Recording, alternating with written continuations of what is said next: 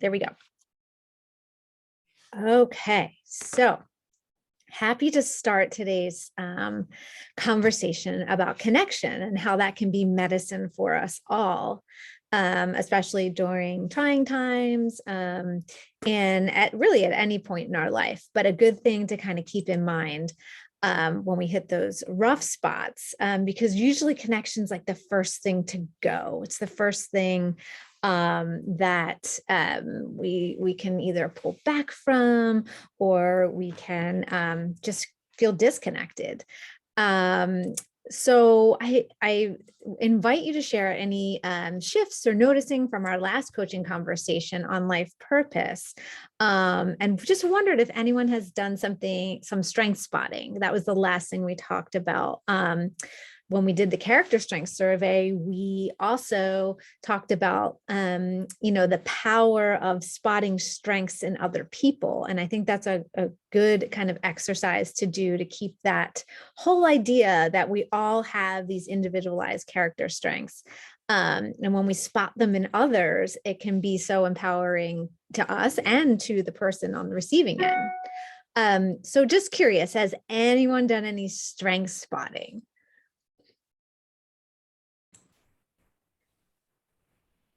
Or you could do it now. And it's okay if you didn't. I mention it just as something to kind of keep top of mind as we go through the day-to-day. It can also soften some of these hard edges that we're experiencing in life. So many hard edges right now. Globally. And, sometimes when we can do our part to uplift those around us, it can just make all the difference. So let's talk about connection. Today, we'll kind of define it. We'll explore it. We'll talk about connection with ourselves, connection with others, connection with our own spirituality and our body. We'll talk a little bit about the science behind connection, and we'll talk about using boundary setting as a tool to preserve connection. We'll share, and we'll have some Q&A and some opportunities for journal writing. And again, journal writing can just be bullets, right? It can just be thoughts, it can be words. It doesn't have to be full sentences or these long, kind of high level thinking that can psych some people out. So really just whatever comes to mind. Really, when we write things down, no matter what it is, can kind of activate that our limbic system in our brain and kind of just, make things happen that don't normally happen when we're just conversing.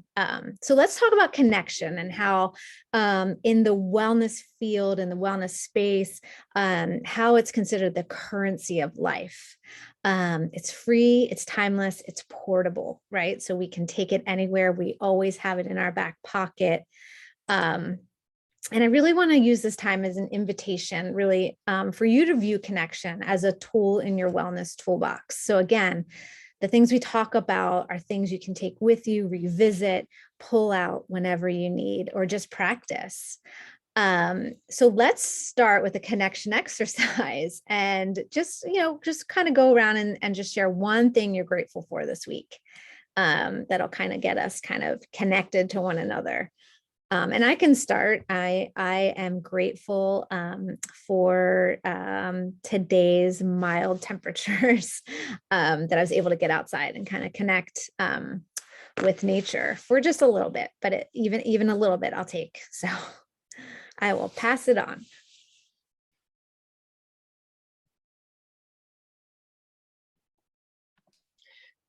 I'll go. I am grateful for my wonderful friends. This weekend, we are going up to their cottage, so it's just a nice chance to get away and not have to worry about anything because they know we really need it. Nice. Where's the cottage? It's just outside Huntsville. Okay. Yeah, it's in Ontario. Ontario. Gotcha. Awesome. Anybody else? I can go. Okay.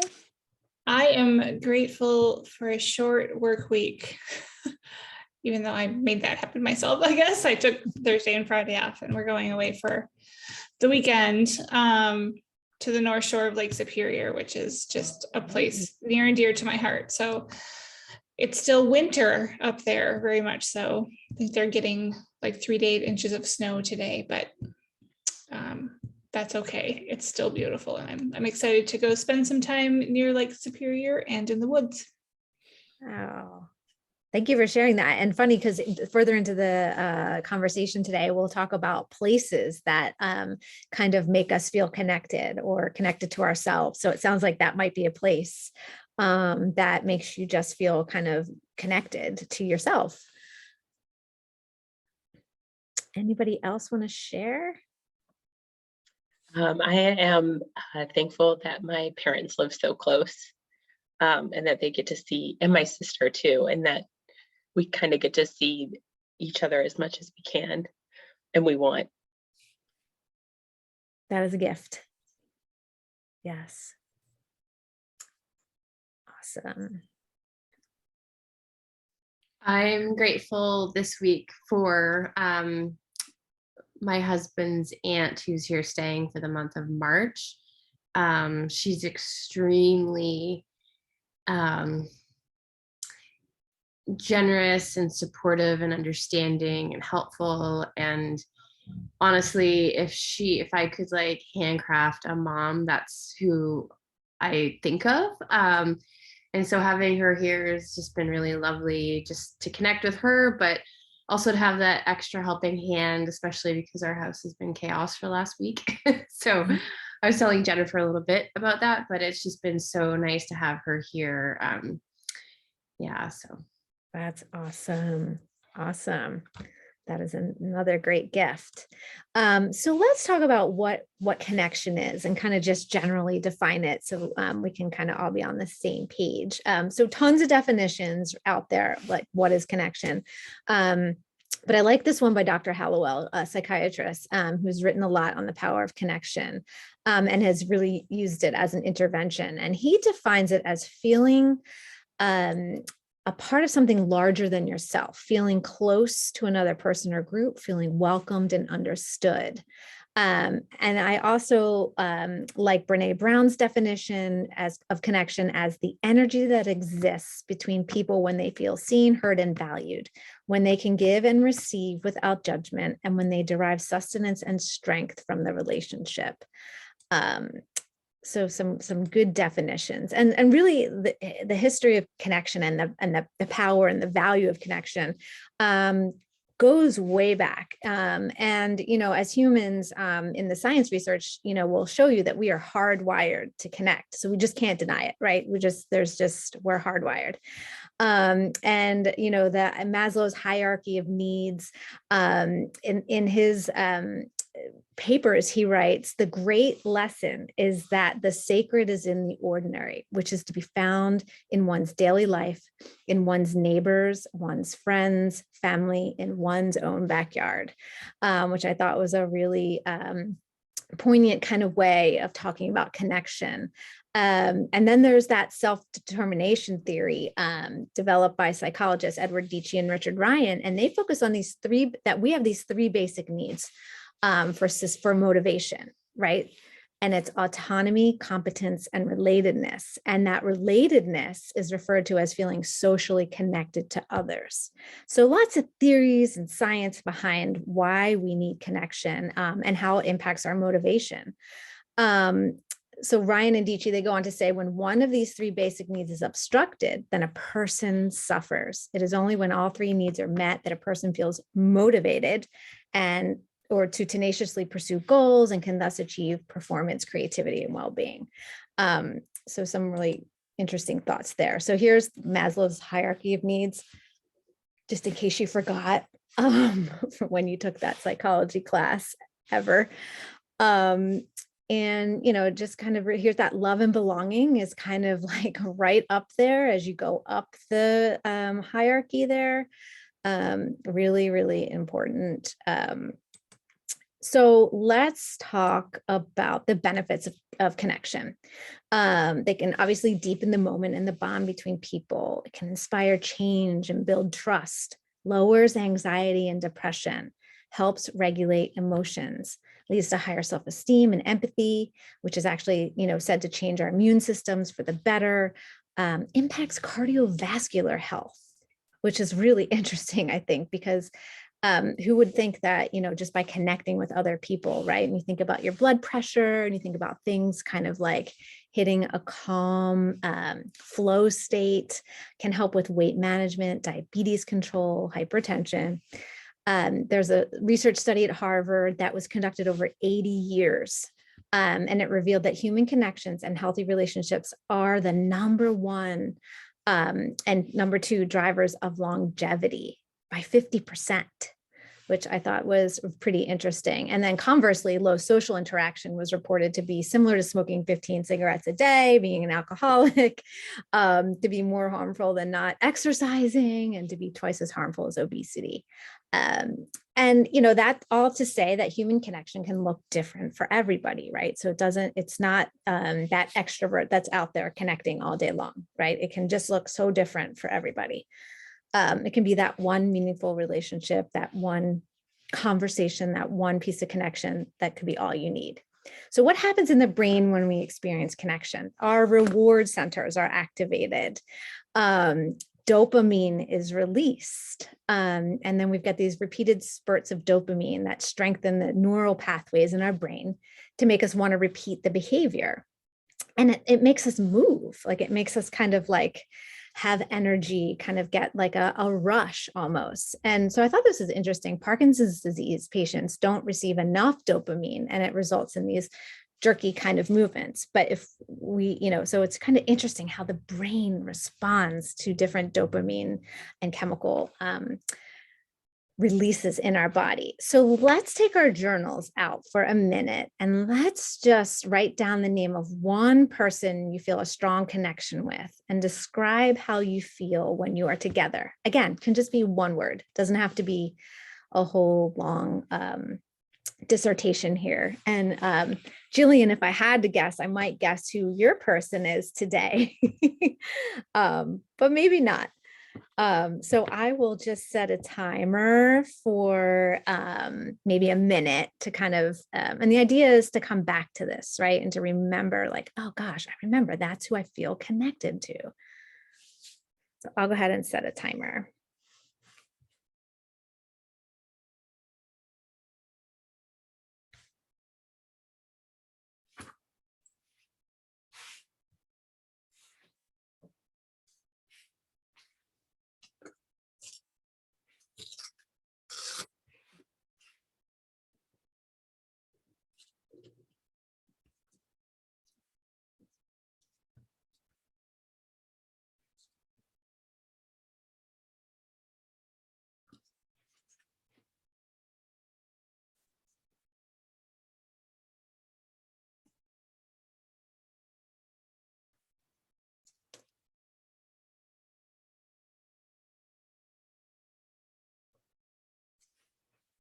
Okay, so we'll keep moving in the interest of time, but know that you can come back to this at any point. So 4 ways to connect, like we talked about in the beginning, with ourselves, with others, with our spirituality, and with our body, all very important in different ways. So let's explore and start asking some questions here. And I love this quote by Brene Brown. Of course, you can either walk inside your story and own it, or you can stand outside your story and hustle for your worthiness. And really, when she's talking about worthiness, she's talking about your worthiness to connect with other people. And so here is a clip from her that I thought I would share. We won't watch the whole thing, but we'll listen to her talk about connection. So I'll start with this. A couple of years ago, an event planner called me because I was going to do a speaking event. And she called and she said, I'm really struggling with how to write about you on the little flyer. And I thought, well, what's the struggle? And she said, well, I saw you speak and I'm going to call you a researcher, I think, but I'm afraid if I call you a researcher, no one will come because they'll think you're boring and irrelevant. And I was like, okay. And she said, but the thing I liked about your talk is, you're a storyteller. So I think what I'll do is just call you a storyteller. And of course, the academic insecure part of me was like, you're going to call me a what? And she said, I'm going to call you a storyteller. And I was like, oh, why not Magic Pixie? I was like, let me think about this for a second. And so I tried to call deep on my courage, and I thought, you know, I am a storyteller. I'm a qualitative researcher. I collect stories. That's what I do. And maybe stories are just data with a soul, you know, and maybe I'm just a storyteller. So I said, you know what? Why don't you just say I'm a researcher storyteller? And she went, there's no such thing. So I'm a researcher storyteller. And I'm going to talk to you today. We're talking about expanding perception. And so I want to talk to you and tell some stories about a piece of my research that fundamentally expanded my perception and really actually changed the way that I live and love and work and parent. And this is where my story starts. When I was a young researcher, doctoral student, my first year, I had a research professor who, one of his first days of class, he said to us, here's the thing. If you cannot measure it, it does not exist. And I thought he was just sweet talking to me. I was like, really? And he's like, absolutely. So you have to understand that I have a bachelor's in social work, a master's in social work, and I was getting my PhD in social work. So my entire academic career was surrounded by people who kind of believed in the life's messy, love it, you know, and I'm more the life's messy, clean it up, organize it, and put it into a bento box. And so to think that I had found my way, to found a career that takes me, you know, really one of the big sayings in social work is lean into the discomfort of the work. And I'm like, you know, knock discomfort upside the head and move it over and get all A's. That was my mantra. So I was very excited about this. And so I thought, you know what, this is the career for me because I am interested in some messy topics, but I want to be able to make them not messy. I want to understand them. I want to hack into these things that I know are important and lay the code out for everyone to see. So where I started was with connection, because by the time you're a social worker for 10 years, what you realize is that connection is why we're here. It's what gives purpose and meaning to our lives. This is what it's all about. It doesn't matter whether you talk to people who work in social justice and mental health and abuse and neglect. What we know is that connection, the ability to feel connected, is neurobiologically, that's how we're wired. It's why we're here. So I thought, you know what? I'm going to start with connection. Well, you know that situation where you get an evaluation from your boss and she tells you 37 things that you do really awesome and one thing that you can't, you know, an opportunity for growth. And all you can think about is that opportunity for growth, right? Well, apparently this is the way my work went as well, because when you ask people about love, they tell you about heartbreak. When you ask people about belonging, they'll tell you their most excruciating experiences of being excluded. And when you ask people about connection, the stories they told me were about disconnection. So very quickly, really about 6 weeks into this research, I ran into this unnamed thing that absolutely unraveled connection in a way that I didn't understand or had never seen. And so I pulled back out of the research and thought, I need to figure out what this is. And it turned out to be shame. It turned out that, and shame is really easily understood as the fear of disconnection. Is there something about me that if other people know it or see it, that I won't be worthy of connection? The things I can tell you about it, it's universal. We all have it. The only people who don't experience shame have no capacity for human empathy or connection. No one wants to talk about it, and the less you talk about it, the more you have it. What underpinned this shame, this I'm not good enough, which we all know that feeling, I'm not blank enough, I'm not thin enough, rich enough, beautiful enough, smart enough, promoted enough. The thing that underpinned this was kind of this excruciating vulnerability, this idea of, in order for connection to happen, we have to allow ourselves to be seen, really seen. And you know how I feel about vulnerability. I hate vulnerability. And so I thought, this is my chance to beat it back with my measuring stick. I'm going in, I'm going to figure this stuff out. I'm going to spend a year. I'm going to totally deconstruct shame. I'm going to understand how vulnerability works, and I'm going to outsmart it. So I was ready, and I was really excited. as you know, it's not going to turn out well. You know this. So I could tell you a lot about shame, but I'd have to borrow everyone else's time. But here's what I can tell you that it boils down to. And this may be one of the most important things that I've ever learned in the decade of doing this research. My 1 year has turned into 6 years, thousands of stories, hundreds of long interviews, focus groups. At one point, people were sending me journal pages and sending me their stories, thousands of pieces of data. In 6 years. And I kind of got a handle on it. I kind of understood this is what shame is, this is how it works. I wrote a book, I published a theory, but something was not okay. And what it was is that if I roughly took the people I interviewed and divided them into people who really have a sense of worthiness, that's what this comes down to, a sense of worthiness. They have a strong sense of love and belonging.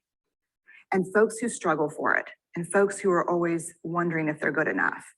There was only one variable that separated the people who have a strong sense of love and belonging and really struggle for it. And that was the people who have a strong sense of love and belonging believe they're worthy of love and belonging. That's it. They believe they're worthy.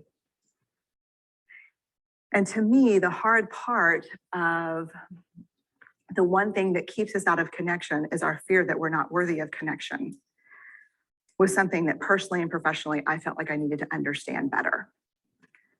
So what I did is I took all of the interviews where I saw worthiness, where I saw people living that way, and just looked at those. What do these people have in common? And I have a slight office supply addiction, but it's another talk. So I had a manila notebook, a manila folder, and I had a Sharpie. And I was like, what am I going to call this research? And the first words that came to my mind were wholehearted. These are kind of wholehearted people living from this deep sense of worthiness. So I wrote at the top of the manila folder. And I started looking at the data. In fact, I did it first in this in a 4-day, very intensive data analysis where I went back, pulled these interviews, pulled the stories, pulled the incidents. What's the theme? What's the pattern? My husband left town with the kids because I always go into this kind of Jackson Pollock crazy thing where I'm just like writing and going and kind of just in my researcher mode. And so here's what I found. What they had in common was a sense of courage. And I want to separate courage and bravery for you for a minute. Courage, the original definition of courage, when it first came into the English language, it's from the Latin word cur, meaning heart. And the original definition was to tell the story of who you are with your whole heart. And so these folks had, very simply, the courage to be imperfect. They had the compassion to be kind to themselves first and then to others, because as it turns out, we can't practice compassion with other people if we can't treat ourselves kindly. And the last was they had connection, and this was the hard part, as a result of authenticity.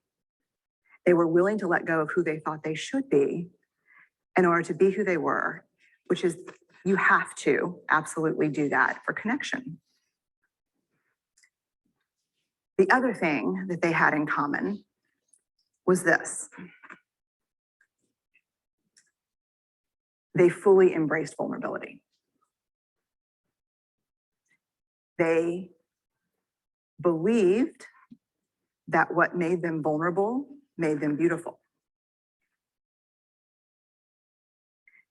They didn't talk about vulnerability being comfortable, nor did they really talk about it being excruciating, as I had heard earlier in the shame interviewing. They just talked about it being necessary. They talked about the willingness to say, I love you first. The willingness to do something where there are no guarantees. The willingness to breathe through waiting for the doctor to call after your mammogram.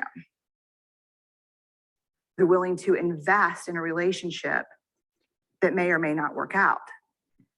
They thought this was fundamental. I personally thought it was betrayal. I could not believe I had pledged allegiance to research where our job, the definition of research is to control and predict, to study phenomenon for the reason, for the explicit reason to control and predict. And now my mission to control and predict had turned up the answer that the way to live is with vulnerability and to stop controlling and predicting. This led to a little breakdown. Okay, we'll stop there with her breakdown. Or her spiritual awakening, as she tries to redefine it as. But I can send you the link if you want to watch the whole thing, or you can Google The Power of Vulnerability, Brene Brown. So lots of food for thought there. And let's kind of move forward, and we'll kind of talk about connection with self first. And really it's one of the most important connections you can make time for. Noticing and hearing your inner voice or your authentic self, and then taking it a step further to honor it in ways that are important to you. Benefits: a report out of Scientific American states that studies have even shown that feelings of authenticity can go hand in hand with numerous psychological and social benefits, meaning higher self-esteem, greater well-being, better romantic relationships, and enhanced work performance. So some tangible kind of benefits there when we are our authentic self. Excuse me, that's a tongue twister. So authentic self, what does that mean again? That's when our self-expression is in alignment with our internal sense of self, when we are living our character strengths, when we are living our values. A cocktail for authenticity: transparency, integrity, vulnerability, and courage. And just another kind of in support of finding your life purpose, another way is to really kind of connect with yourself and make time for it. And often we have to practice, right? Because it doesn't always come natural. Ways to connect with ourselves and ways to practice: allowing yourself to shine. Honoring your boundaries. So if that means setting them and then enforcing them. Doing vision boards is a great way to connect with yourself. Creating time for a pause and allowing space and time for feelings, and to escape from that autopilot mode that we kind of are often forced to kind of get into. And then quieting your inner critic with reframing tools are some good ways to connect with ourselves. So let's take out our journals again, or just kind of shift over to our journal. And this is really hard. I do this in my coaching practice. Just want you to write 2 things that you like about yourself down. And we'll do a minute. And then if you can be so courageous to share, that would be even better.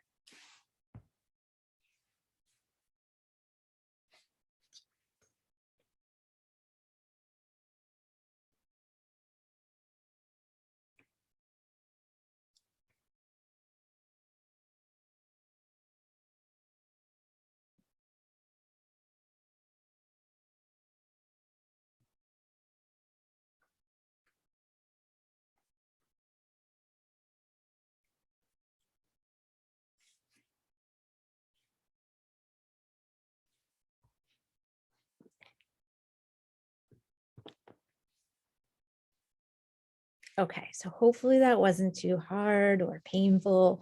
So who wants to start? Who wants to be the courageous one, the one living from their heart?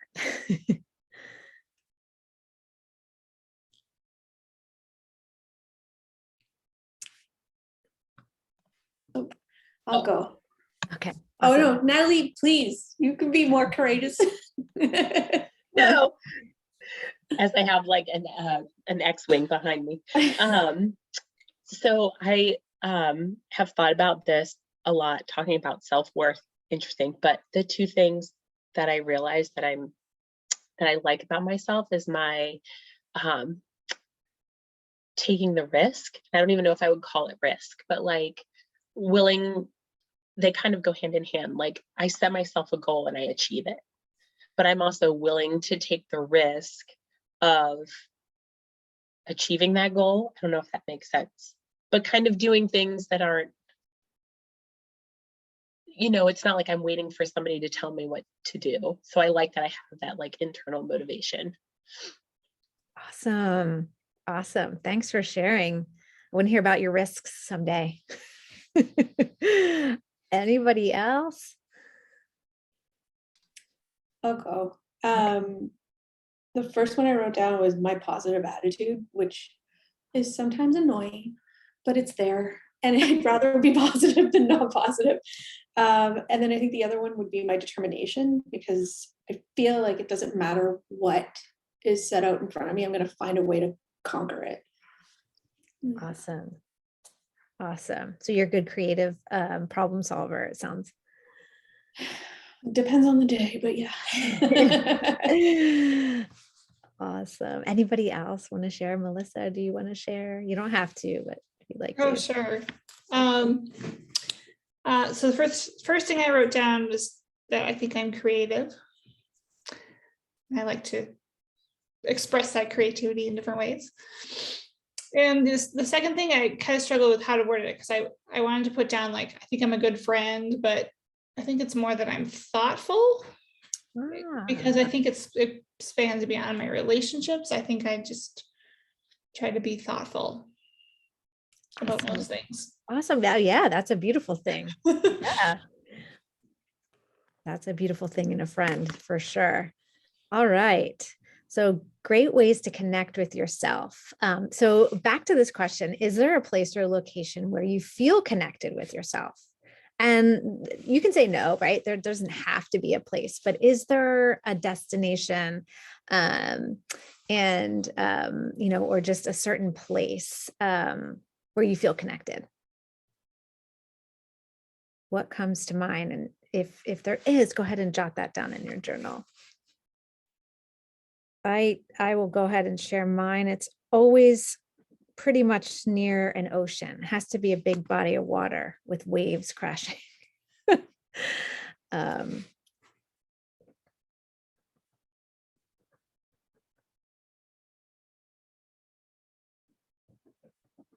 Anybody want to share their location if they have one, or physical space?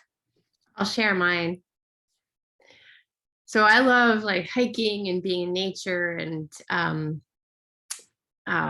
getting off of the, on the path that's less traveled, but my heart loves being anywhere in or near the ocean. And my second home is Nosada, Costa Rica, and I just love it there. It's just a magical place. I would like to go. Okay. Anybody else have a location, a space? I don't have a physical space. I think it's for me, because I'm very rarely alone. Like there's always someone around. So it's when I'm alone, when I can kind of find that time to not have to think about anything other than whatever's in front of me or whatever it is I want to do. I kind of appreciate that. Yeah, and that's good to know about yourself. Take those recharging breaks, right? Anybody else want to share if you have a location? In the middle of the woods. Awesome. Anywhere in the middle of the We'll woods. just plant you anywhere in the middle of the woods. Yeah, I think I shared this the other day that like if I could come back in my next life as something, I would like to be a fern in the middle of the forest. Like, hanging out there with the big tall trees around me. Awesome. Ferns are beautiful. Awesome. Okay. Anybody else? Natalie, do you have a place or a space or? Definitely the ocean and like waves crashing, but one place where my soul just like speaks is Mount Maunganui in New Zealand in Tauranga. It's just, I don't know, a special place in my heart. Yeah, sounds magical. Even the name just sounds magical. Yeah. Awesome. Great. So now we all know where we need to go, right? So let's talk about connection with others. And so, of course, that's that close relationship, more than money or fame. And I love this kind of quote. These ties protect people from life's discontents, help to delay mental and physical decline, and are better predictors of long and happy lives than social class, IQ, or even genes. And this is out of the Harvard Gazette, which I thought was pretty interesting. So there's significant evidence that social support and feeling connected can help people maintain a healthy body mass index, control blood sugar, improve cancer survival, decrease cardiovascular mortality, decrease depression, mitigate PTSD, and improve overall mental health. And here's just like a housekeeping note, right? So we're talking about high quality connection again, right? Not like having to connect with people all the time and everywhere you go.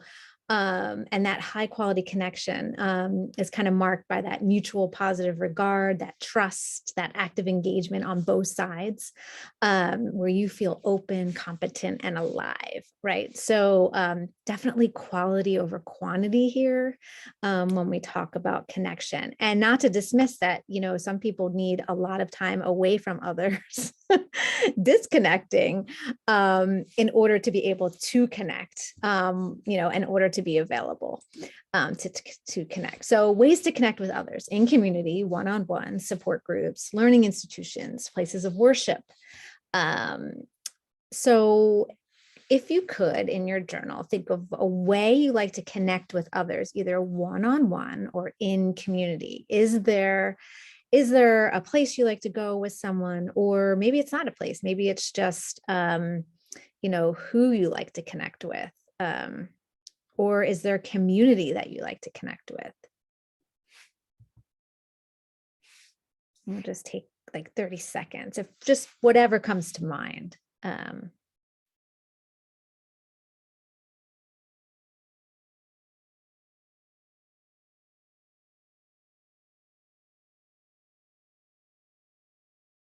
if anybody wants to share, go ahead. If not, we'll keep on moving.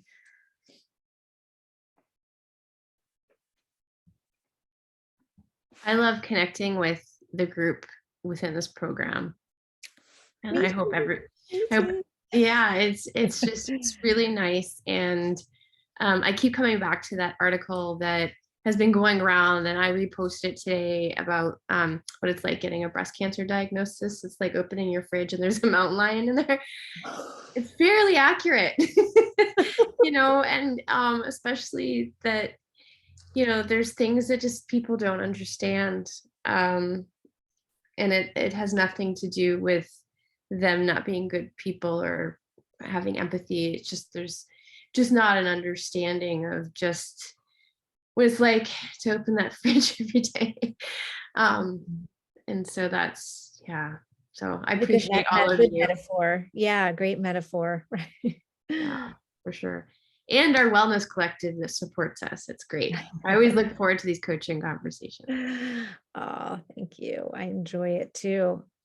It feeds my soul for sure. Anyone else want to share? Okay, we'll keep going. Plenty of other opportunities. So this is a great study about big brothers and big sisters, and how, you know, the power of connection really can make a difference, you know, for both on the, you know, both generations kind of going through the connection with big brothers and big sisters. So the gist of it is that they did this study looking at kids on the waiting list. They were on the waiting list for a match for a big brother or big sister, versus the kids who were matched. And they found the kids on the waiting list, and this was over a period of 18 months, had a 46% increase in drug use, a 50% increase in school truancy, 33% in violent behavior. So really kind of highlighting and underscoring the benefit of this connection, and this connection with a different generation. And conversely, older generations benefit from relationships with younger generations too. Happiness, greater well-being. And there's a great study from WashU and Hopkins that shows intergenerational volunteering is good for older people's mental and physical health. And then there's a separate study that I like to cite that found students with this experience core, older adults had improved brain and cognition function when they were part of this kind of tutoring program. And it really, they likened it to dusting off the cobwebs in their brains. And so one of the silver linings from the pandemic, I thought, was that there was the ideas going around about writing care notes to nursing homes, because they were one of the, areas hardest hit by not being able to see visitors and kind of getting out into their social community, like the dining room or, things like that. And I thought it was a great reminder that we cannot forget about the older generation and kind of, keeping connections and having friends of all ages. We don't have to just have friends that are the same age as us. So just another kind of prompt for your journal. Is there somebody, or is there a way that you connect with someone from an older generation, I should say, or another generation? Doesn't have to be older, but just another generation. The thought that comes to my mind is my neighbors. They're elderly. And we really try to make an effort to always look out for them during storms, and just always try to make sure we have tabs on them. Even though their grown children live kind of nearby, we have to feel like this sense of responsibility. But by doing that, we have a really strong connection and friendship. So I don't know if you can think of a way, or if you want to share. Could be a grandparent, or it could have, been a while ago. Doesn't have to be current. But I will keep moving in the interest of time, but feel free to, unmute yourself and share at any point. But good things to kind of keep in mind. So I love this proverb: if you want to go fast, go alone. If you want to go far, go together. It's one of my favorites. And then just another reminder: choose wisely. This is really interesting. When connecting with others, notice people who are making themselves available to you. Our bodies react more strongly to negative stimuli versus positive. So we are predisposed to focus on those relationships. And yet when we feel rejection, we can blind ourselves to all the love and connection that does exist. So mindfully choose love and connection over rejection. So I can think of many times in my life when I've tried to connect with someone and I'm like, oh, that felt awful. What was that? And then go back for more, and then try it again in a couple weeks. So anyway, I don't know if anything comes to mind for you. Hopefully you don't do that. But just something to keep in mind about connection. We gravitate towards sometimes that negative stimuli, which is really interesting. Like, well, I'm going to tackle that. I'm going to connect with that person. And like, but wait a minute, I'm missing all this other opportunity that's out there. So let's talk about spiritual connection. And so simply put, spirituality is the belief that there's a higher power along with a search for a greater meaning of life. The benefits to connecting with your spirituality are great. There's a study out of the Mayo Clinic. People who are spiritual or religious often live longer than others. It's hypothesized that many of the positive side effects of spirituality, which are outlined below, may also transfer to healthier lifestyle choices. Because we have this improved emotional state, we have closer bonds with people that help us cope with physical and emotional pain and life stressors. We have stronger immune systems. We have those immune boosting hormones that are flooding our bodies when we are connecting with our spirituality. It can boost self-confidence and fitness. Sometimes being part of a spiritual community or having a close community tie can help boost self-confidence and your mental outlook, which then can lead to taking better care of yourself. And some people find physical activities such as taking a walk in a beautiful park or just in a yoga or meditation class to be their spiritual experience. So it doesn't have to be the conventional kind of definition of spirituality. Of course, NAMI has some great information about spirituality improving our mental health by encouraging individuality, mindfulness, unity, provides guidelines to live, the importance of doing the right thing, teaches us compassion, forgiveness, gratitude, can provide structure and allow time for rest. So think about religious holidays sometimes. So if you're religious, got these built-in holidays that like force us to hopefully rest. Sometimes it can do the exact opposite. But then a renewed sense of belonging in the world, and, you know, kind of can prompt this expression in any form, like such as art or poetry. And really, sometimes spirituality can encourage that self-reflection that we often kind of ignore too as we get busy. So what does spirituality mean to you? Does it involve a place of worship? Does it involve rituals, music, service to others? That's a way to connect with your spirituality, or can be your spirituality. Religion, social action, inner peace, inner compassion. So jot down in your journal one way you connect with your spirituality. And we'll just take a minute to do that as we kind of move along here.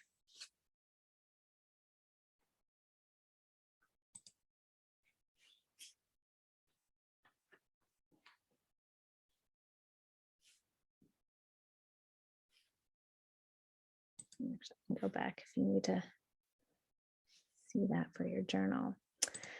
So let's move on to connection with your body. And so that's kind of, you know, as we go through life and the different seasons of life and different life events, we can often feel betrayed by our body, especially as we age.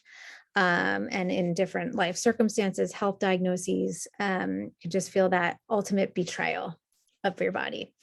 And so really connecting with your body and kind of building that trust back can be an important thing for us to do. And so really kind of just take a minute and notice how you're sitting or standing. How is your posture? How are your legs feeling? How are your arms feeling? That's just a really simple way to kind of connect with your body. Like, I feel like I am slouching. Let me, you know, sit up. So really, I mean, it sounds silly, but it's a way to kind of connect. And there's this concept of body awareness, and it's how conscious and connected you are to your own body. And so body awareness involves your proprioceptive system, which tells you where your muscles are moving and how, and also your vestibular system, obviously. So that's like, I'm dizzy kind of thing, and that inner ear feeling. So the vestibular system allows you to keep your balance, your posture. If you feel dizzy, chances your vestibular system is affected. So body awareness can help us also listen to our body cues. When you recognize you're hungry, thirsty, or tired, you're obviously exercising this body awareness. And then there's also the case for more complex cues, like when you're at your max during a workout, when you're feeling lonely and in need of some social time, right? So that's also ways to listen to your body. Your body can kind of like physically tell you that, different cues. Whoops, went the wrong way. So benefits, better balance, stability, better weight management, pain management, you know, just a better way to identify our meeting needs. So that could just be as simple as telling the difference between hungry and thirsty. Sometimes we confuse those and we don't even know. We think we're hungry, but in the end, we were just thirsty, right? Like if we really take the time. There's some interesting research around confusing thirsty with hungry and vice versa. You know, another benefit, improved mental and emotional well-being. So really this body awareness can help lead to reductions in anxiety, depression, vertigo, different physical states of your health. And ways, so there's really some fun ways to connect with your body. Walking backwards is my favorite. So it wakes us up from autopilot, absolutely, right? Because you actually have to pay attention, and forces you to relate differently to your movement. And then the idea of earthing, and that's walking barefoot, right? And kind of just noticing what you're feeling. Like nothing's worse than when you hit like hot sand and you're like, I'm awake. Okay, that hurt. Right? Takes you from wherever you were in your mind, or, you know, right into what's going on with your body. And so I don't know if you've ever tried this body scan meditation at night. I use it with my son, saying goodnight to all your body parts, from head to toe, right? That can really kind of be a really nice way to connect with your body. And then a movement meditation. So if you're not able to quiet your mind during a sitting meditation, that's something I struggle with.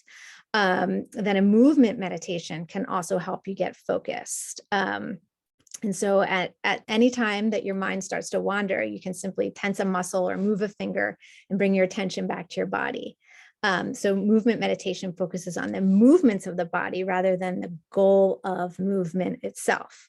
And an easy way to do this is to go from sitting to standing slowly while noticing all the parts that are engaged in that movement. So how do we maintain connection, right? And what gets in the way? And sometimes that's boundaries or a lack of boundaries, right?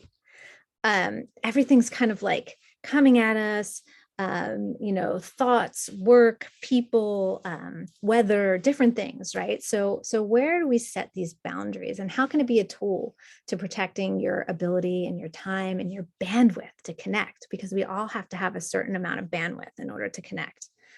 So think about, I love to use the sports metaphor. So without boundaries in sports, what would happen, right? Like things would just go absolutely haywire. So our bodies and in life, it's no different. When our boundaries start to get loose, things start to kind of go sideways. So let's think about boundary setting in terms of connection with self and self-compassion, the ability to say no, or the ability to say not today, and just getting comfortable with that uncomfortable feeling of maybe saying no. And I love this yin and yang kind of metaphor here about setting boundaries, and how the yin, and really it's kind of engaging that self-compassion. So if we can't have self-compassion for ourselves and say, I have to put me first right now, then how can we possibly connect, right? And so the comforting, soothing side of self-compassion is known as the yin, or the feminine side, where the focus is on being with ourselves. And in contrast, the yang self-compassion is the protective, providing, motivating side of self-compassion. That's the masculine side of self-compassion, where the focus is acting in the world. And so a good example is someone who has burnout in the workplace, right? So this person might engage in the yin self-compassion by, taking a bath or getting a hot shower, or playing music at the end of the day. And then they might also engage in the yang by speaking to work about cutting down on your, current workload.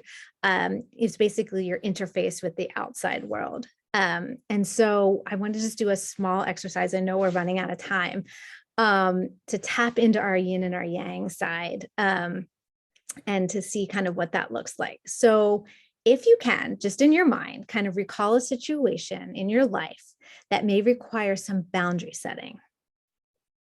And so let's think about how we balance that yin and yang as a way to kind of help explore that setting, like how to kind of get that going. And so if you can, recall the situation or a situation, write down one way you can protect, provide, and motivate. And then that's your yang, right? That's your outside. And then one way that you can comfort yourself, soothe yourself, and validate yourself in this particular context. And if you just want to write these words down: protect, provide, motivate, comfort, soothe, validate. We don't have to get too caught up in kind of which is yin and which is yang, but we can use these as helpful tools for boundary setting. So if anybody would like to, maybe in the interest of time, just recall a situation, and just get it out there. Where do you need to set a boundary? And then come back to this exercise when you can. Does anything come strikingly to mind? It's okay if it doesn't. If you need more time, often these situations arise at work and with family. lots of triggers there with boundary setting. All right, we'll keep moving, but as long as you've got these little kind of prompts to go from. So I love this boundary setting sentences. I can't do that, but I can help you find someone who can. You know, I appreciate the gesture, but in the future, I'd prefer. I can't attend, but I appreciate the invitation. So really, I mean, simple kind of phrases that kind of just get you in practice. I wish I could, but I can't. And I love this. The last one is just no. Nope. So, you know, it can be one of the hardest words to say, right? But when we say yes to everything, we are devoid, you know, we're you know, killing ourselves and leaving no time for that connection that we need.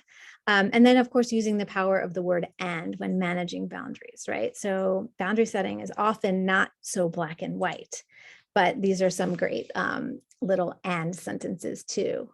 Do you want to take a second to read these? I really like this one. You truly love and care for that person in your family, and you recognize it's healthier for you to create distance. Two very kind of polar opposite feelings, but they can coexist, right? Like there's no one here to say that you can't have both of those thoughts and feelings.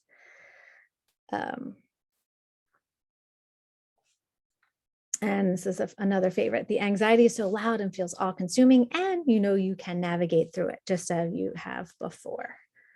So that's really kind of drawing on past experience to kind of get you through new experiences. So where do we start for laying the foundation for connection? Lots of information, but I love this idea of dopamine balancing or dopamine fasting, really just kind of taking a break from external communications. And really when I think of, when I mention this, I really think of like technology. You know, another way is to share an experience, cook with someone instead of just eating with someone, right? A special friend. Take the time to handwrite a letter or note. Be judicious with your time commitments. Practice unapologetically saying no or not today. That's that boundary setting. Getting comfortable with feeling uncomfortable. Again, that's that boundary setting. Building time into your schedule to just be. Calling someone instead of texting. That is something that can be really hard. We're so used to texting, right? But what if we just called that person? Would we connect? Moving your body, you know, can affect us on that biochemical level and can change our brain chemistry in a way that helps us connect by releasing those hormones, that endorphin release, that oxytocin, that endocannabinoid release, all those great chemicals. Here are my recommendations, or my favorites, I should just say, not my recommendations, but some of my favorites. And that was this is that Netflix kind of TED Talk that Brene Brown. She has a show on yeah, I guess it's a special on Netflix, and it's called Brene Brown: The Call to Courage. Has anyone seen it?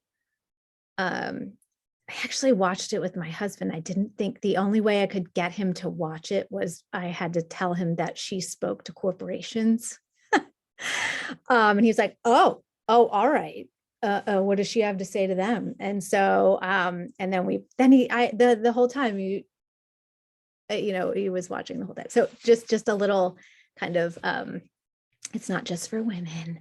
And then of course, Oprah's podcast. I love this one, Finding Your Authentic Self. And then some tools, disconnecting from technology in small doses, quit multitasking. That is something that I work a lot on with my coaching clients, is that we are so conditioned to multitask, right? And I think it was great for seasons in life, but then, you know, kind of as we age and we get older, like multitasking isn't so fun anymore.